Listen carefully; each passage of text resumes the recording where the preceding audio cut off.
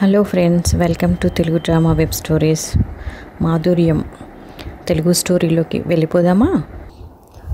Baby, నిన్నటి వరకు chocolate తీసుకురాలేదని అలిగి కూర్చున్న నా చిట్టి తల్లేనా ఇంతలా ఎదిగిపోయింది?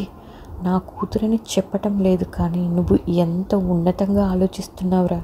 ఒక తండ్రి కోసం ఇంతగా ఆరాటపడే పాపను నిన్నే చూస్తున్నాను. నువ్వు నాకు అందించిన ప్రేమతో పోలిస్తే ఇదే పాటిది. చిన్నప్పటి నుండి నాకు కావలసిన ప్రతిదీ ఇచ్చావు, మంచి చెడ్డ వివరించావు. నాకు ఇష్టమైన సంగీతాన్ని బెస్ట్ టీచర్స్ దగ్గర నేర్చుకునే అవకాశాన్ని కలిగించావు. రేపటితో మా పరీక్షలు అయిపోతాయి. ఆంటీతో తప్పకుండా మాట్లాడండి. ఇప్పటి వరకు ఒంటరిగా తను పడిన కష్టాలు చాలు. ఇకనైనా మీరిద్దరూ మీ స్నేహానికి ఓ మంచి ముగింపుని ఇవ్వండి. కాసేపు పడుకున్నాన్న, నిద్రపోతే కాస్త ప్రశాంతంగా ఉంటుంది. ఆ రాత్రి ఆన్లైన్లోకి వచ్చిన రవిశంకర్ కూడా అలాగే చెప్పాడు. సాగర్, ఎన్ని కలలు కన్నావురా మహిమ కోసం. ఇప్పుడు పాప కూడా ఒప్పుకున్నాక మీనామేషాలు లెక్క పెడుతూ ఆమెను వదులుకోకు. అవకాశం ఒక్కసారి తలుపు తడుతుందంటారు. బహుశా మహిమను నీకు దూరం చేసినందుకు భగవంతుడు బాధపడి ఇప్పుడు ఇద్దరిని దగ్గర చేర్చాలని ప్రయత్నిస్తున్నాడేమో. ఈ బంగారు అవకాశాన్ని చేజార్చుకోవద్దు. వెంటనే మహిమని కలిసి మాట్లాడు. నేను ఎలాగో వచ్చే నెలలో వస్తాను. అప్పుడే పెళ్లి ముహూర్తం పెట్టుకుంటుంటే చాలా బాగుంటుంది. ఒరే రవి, ఆగరా బాబు, చాలా దూరం వెళ్ళిపోతున్నావు. ఇంతకీ అమ్మ ఏమంటుందో, ఒప్పుకుంటుందో లేదో తెలియదు. మహిమ అంటే ఆమెకి ఇష్టమే, కానీ మహిమను ఇప్పుడు లయతో సహా స్వీకరించడానికి తను సిద్ధంగా ఉందో లేదో తెలియదు. ఆంటీ మనసు నాకు తెలుసు. తనదంతా సంకుచితంగా ఆలోచించే మనస్తత్వం కాదు. నువ్వు లయను ఎలా స్వీకరిస్తావో మహిమ నీ పాపను కూడా అలాగే స్వీకరిస్తుంది కదా. ముందు మహిమతో మాట్లాడి ఏ విషయమో నాకు ఫోన్ చేయరా. మిగతావన్నీ వాటంతటవే చక్కబడతాయి. అంతేనంటావా? ఒకవేళ మహిమ నన్ను రిజెక్ట్ చేస్తే? అలా జరగదు. తను ఒప్పుకుంటుందనే నా నమ్మకం. గుడ్ లక్ రా. నువ్వు చెప్పబోయే శుభవార్త కోసం ఎదురు చూస్తూ ఉంటాను. ఉండనా? ఓకేరా. ఆన్లైన్ కట్ చేశాడు విద్యాసాగర్. అదే సమయానికి సంకీర్తన స్టడీ రూమ్లో, లయ, రేపు ఈ పాటికి మన ఎగ్జామ్స్ అయిపోతాయి, ఫ్రీ అయిపోతాం. అవునక్క, అయితే ఈసారి హాలిడేస్కి ఎక్కడికి వెళ్దాం? ఉత్సాహంగా అడిగింది లయ. నాన్నని అడుగుదాం. అవును, నిన్ను ఓ విషయం అడగాలనుంది. ఏమిటి? అడుగు. నీకు మీ మమ్మీ అంటే ఇష్టమేనా? చాలా చాలా ఇష్టం.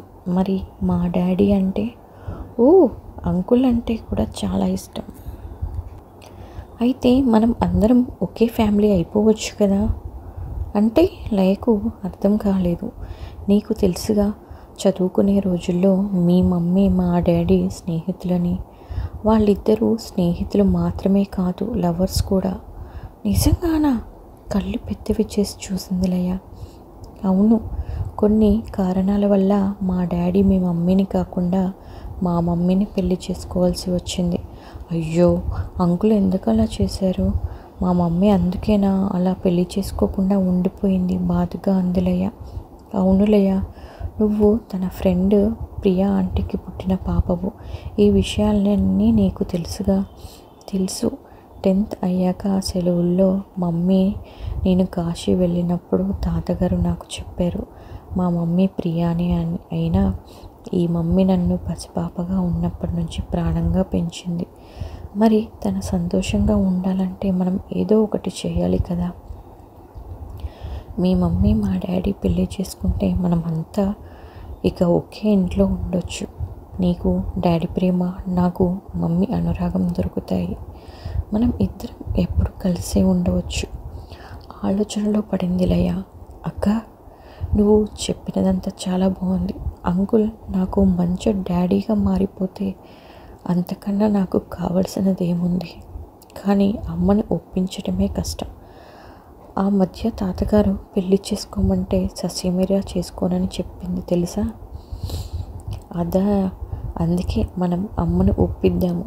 డాడీతో ఆల్రెడీ మాట్లాడాను, ఆయన మాట్లాడతారు. ఒకవేళ అప్పటికీ మమ్మీ ఒప్పుకోకపోతే మీ తాతగారిని నాన్న ఫ్రెండ్ రవిశంకర్ అంకుల్ని పిలిపించి మాట్లాడిద్దాము. మా నాయనమ్మతో కూడా అడిగిద్దాము. ఓకే, సరే సంతోషంగా ఒప్పుకుంది లయ. ఆ రాత్రంతా లయకు ఒకటే కలలు.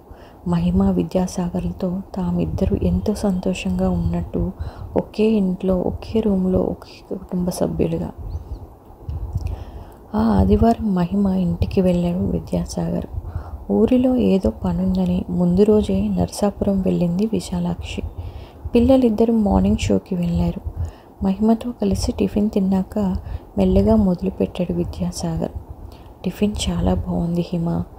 రోజు నువ్వు వడ్డిస్తూ ఉంటే ఇలాగే తినాలని ఉంది. నువ్వు తినాలే కానీ నాకంత అదృష్టమా? రోజూ వడ్డిస్తాను. టిఫిన్కి ఇక్కడికే రా. నీకు నేనేం చెప్పినా అర్థం కానట్టే నటిస్తావు. నీతో కొంచెం మాట్లాడాలి హిమ. ఏమిటి చెప్పు. నువ్వు కోపం తెచ్చుకోకూడదు మరి. అసలు నాకు కూడా ఈ టాపిక్ మాట్లాడటం అంటే కొంచెం ఇబ్బందిగానే ఉంది, కానీ మాట్లాడక తప్పటం లేదు. సరే అడిగేస్తున్నాను, నన్ను పెళ్లి చేసుకుంటావా? అంత సడన్గా అతను అలా అడిగేసరికి అవాక్కయింది మహిమ. చిత్రంగా మదిలో ఏదో తీయని భావనలు, కానీ అది ఒక్క క్షణం సేపే. మనసును కూడదీసుకొని తడబాటుని అణుచుకుంటూ ఒక్కొక్క అక్షరము కూడబడుకుంటూ చెప్పింది. సారీ విద్య, ఈ జన్మకి మనం మా స్నేహితులుగానే ఉండిపోదాము. ముందుగానే ఈ జవాబు ఎక్స్పెక్ట్ చేసి ఉన్నాడేమో. పెద్దగా ఆశ్చర్యపోలేదు విద్యాసాగర్. ఏం హిమ, నీ అంత పెద్ద కళాకారునికి నేను తగననా? ఆమె అందించిన కాఫీ కప్పు అందుకుంటూ అడిగాడు నవ్వుతూ. అలా మాట్లాడకు. అది కాదు, అసలు ఇప్పుడు మనకేం తక్కువైందని? బాగానే కలిసి ఉన్నాము కదా. ఇంకా బాగుండవచ్చు కదా హిమ. నేను చేసిన తప్పును ఆలస్యంగానైనా దిద్దుకునే అవకాశం ఇవ్వచ్చుగా.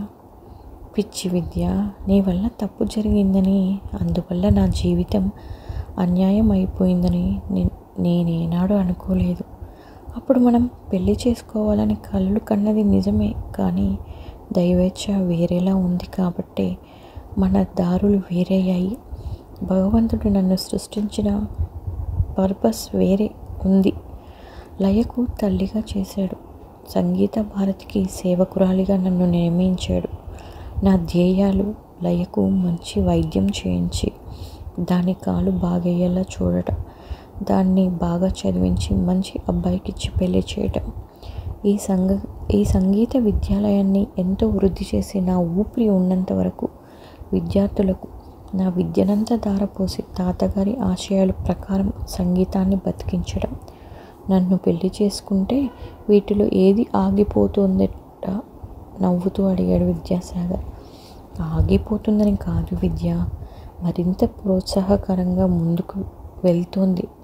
నీది ఎంత స్వచ్ఛమైన ప్రేమో నాకు తెలియదా? సంకీర్తనతో సమంగా లయను కూడా ప్రేమిస్తావని తెలుసు, కానీ ఇప్పటికే మన స్నేహం మీద ఎన్నెన్నో కథలు, మచ్చలేని మన బంధం మీద ఎంతోమంది బురద చల్లాలని ప్రయత్నిస్తున్నారు. నేను నీ ఆస్తి మీద కన్ను వేసి నీ మీద వల వేశానని పుకార్లు ప్రచారం చేస్తున్నారు. మనం పెళ్లి చేసుకుంటే వాళ్ళ మాటలు నిజం చేసినట్టు అవుతుంది. హిమ, లోకులు ఎప్పుడు కాకుల్లా గోల పెడుతూనే ఉంటారు చూడు. నేను ఇలా నీ ఇంటికి వస్తూ పోతున్నా కూడా నీ గురించి చెడ్డగానే మాట్లాడతారు కదా. ఆ ప్రభావం పిల్లల మీద పడదా? అయితే రావటం మానేయే, చిరునవ్వుతో అంది మహిమ. గుండెకు గాయమైనట్టు విలవిలలాడాడు విద్యాసాగర్. ఎంత మాట అన్నావు హిమ, నీకు ఇది భావ్యమా? అది కాదు విద్య, వాగినోళ్ళు ఎప్పుడు వాగుతూనే ఉంటాయి. మన స్నేహం ఎంత పవిత్రమైందో మనకి తెలియదా? ఆ వాగుడు పట్టించుకోవడం ఎందుకు? నువ్వు పెళ్ళి అనే ఆలోచన మానేయి. అవును, రేపు మీరు ముగ్గురు టూర్కి బయలుదేరుతున్నారని చెప్పింది లయ. అవును హిమ, సౌత్ టూర్. మేము తిరిగి రావడానికి మరో 15 రోజులైనా పడుతుంది. పోనీ నువ్వు వస్తావా? అమ్మో, నేను రాను. 15 రోజులు నా స్కూల్ వదిలి నేను ఉండలేను. మధ్యలో 2 ప్రోగ్రాంలు ఒప్పుకున్నాను. అంధ విద్యార్థుల పాఠశాల, కరుణామయి విధుల కోసం ఒకటి, జీవన సంధ్య వృద్ధాశ్రమం వారికి ఒకటి. ఇవి వదిలి నేను రాలేను. ఇంతకాలం మీరంతా నాకు దూరంగా ఉంటారంటే ఇప్పుడే దిగులేస్తుంది. ఓ కండిషన్, రోజు లయ్యతో సంగీతంతో ఫోన్లో మాట్లాడిస్తావా? విద్యతో కూడా మాట్లాడిస్తాను, నవ్వేసింది మహిమ. జాగ్రత్త విద్య, నువ్వు తిరిగి వచ్చే వరకు నా మనసంతా మీ చుట్టూనే తిరుగుతూ ఉంటుంది. లయతో మీకు కష్టమవుతుందేమో, కాస్త జాగ్రత్తగా చూసుకో. చెబుతూ ఉండగానే మహిమ కంట నీరుంది. ఏం పిచ్చి పిల్లవా హిమ? లయ నీకు ఒక్కదానికే కూతురు కాదు, నాకు బాధ్యత ఉంది. ఓకే, ఏదో నా ఆరాటం కొద్దీ అన్నాను కానీ నీ ప్రేమ గురించి తెలియదా కాదులే. సరే, నేను వస్తాను మరి. ఇదండి ఈరోజు స్టోరీ. మళ్ళీ నెక్స్ట్ ఎపిసోడ్లో కలుద్దాం. ప్లీజ్ మన ఛానల్ని లైక్ చేయండి, సబ్స్క్రైబ్ చేసుకోవడం మాత్రం మర్చిపోవద్దు.